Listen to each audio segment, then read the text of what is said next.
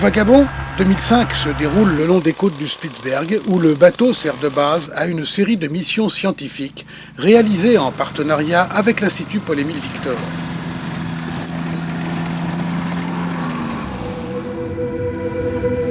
Pour Sodebo, 2005 est une année de voyage et de tentatives de record.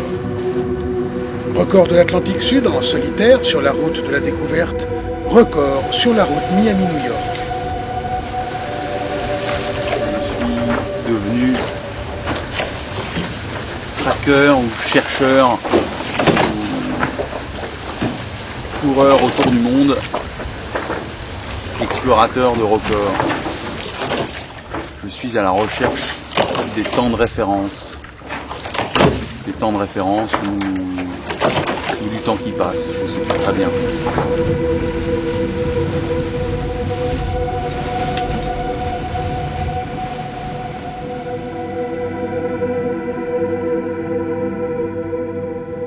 Dans le froid de la nuit permanente du Grand Nord, le départ pour le travail scientifique est le repère qui rythme le temps qui passe.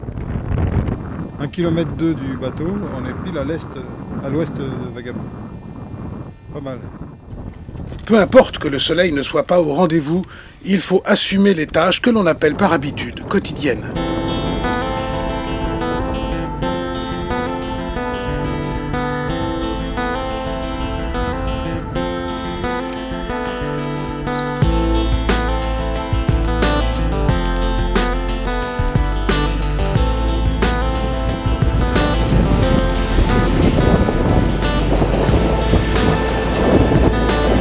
Conditions de navigation.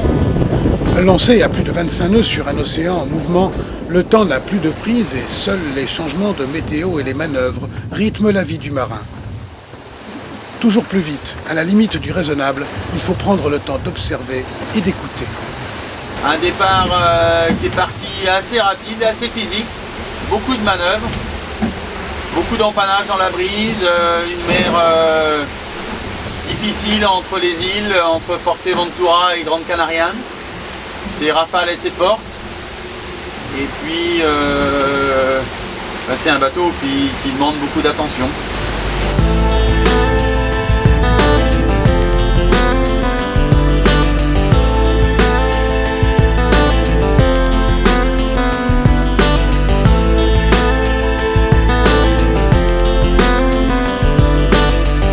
Sur les océans, qu'ils soient gelés ou liquides, c'est la nature qui commande et lorsque le vent décide de montrer sa force, le marin doit savoir attendre et se montrer humble.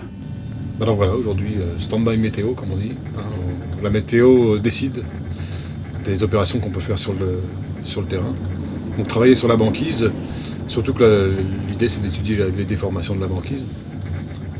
C'est donc une zone qui travaille, qui bouge.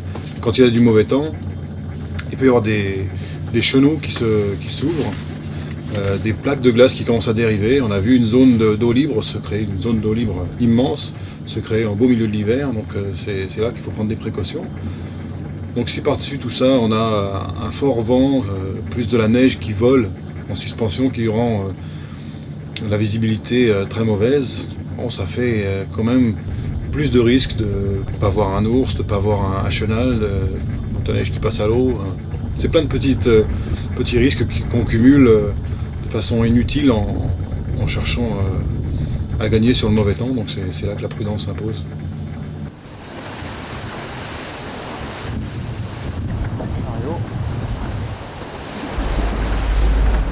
Et alors le clou du clou, juste pour vous tenir au parfum, c'est que à la fin, la dépression tropicale qu'on subodorait, qu'on suivait depuis qu'on est parti de Cadix,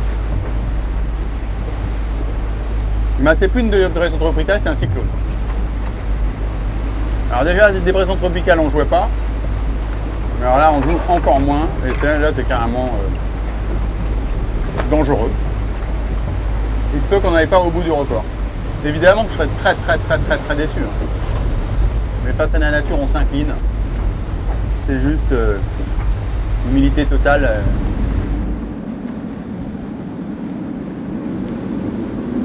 Loin du monde des habitudes, c'est tout un univers qui se crée, où chacun cherche les signes qui le rattachent à la vie à terre. Bon, après petit-déj, comme à la maison, brossage de dents. On revient comme autrefois, ou peut-être même encore dans quelques foyers en France, c'est sûr. Hein, c'est 2 litres d'eau chaude ou tiède, un gant de toilette, et puis c'est tout. Hein, mais finalement... À la toilette en général, c'est un peu la seule chose qui nous relie à la terre, quoi.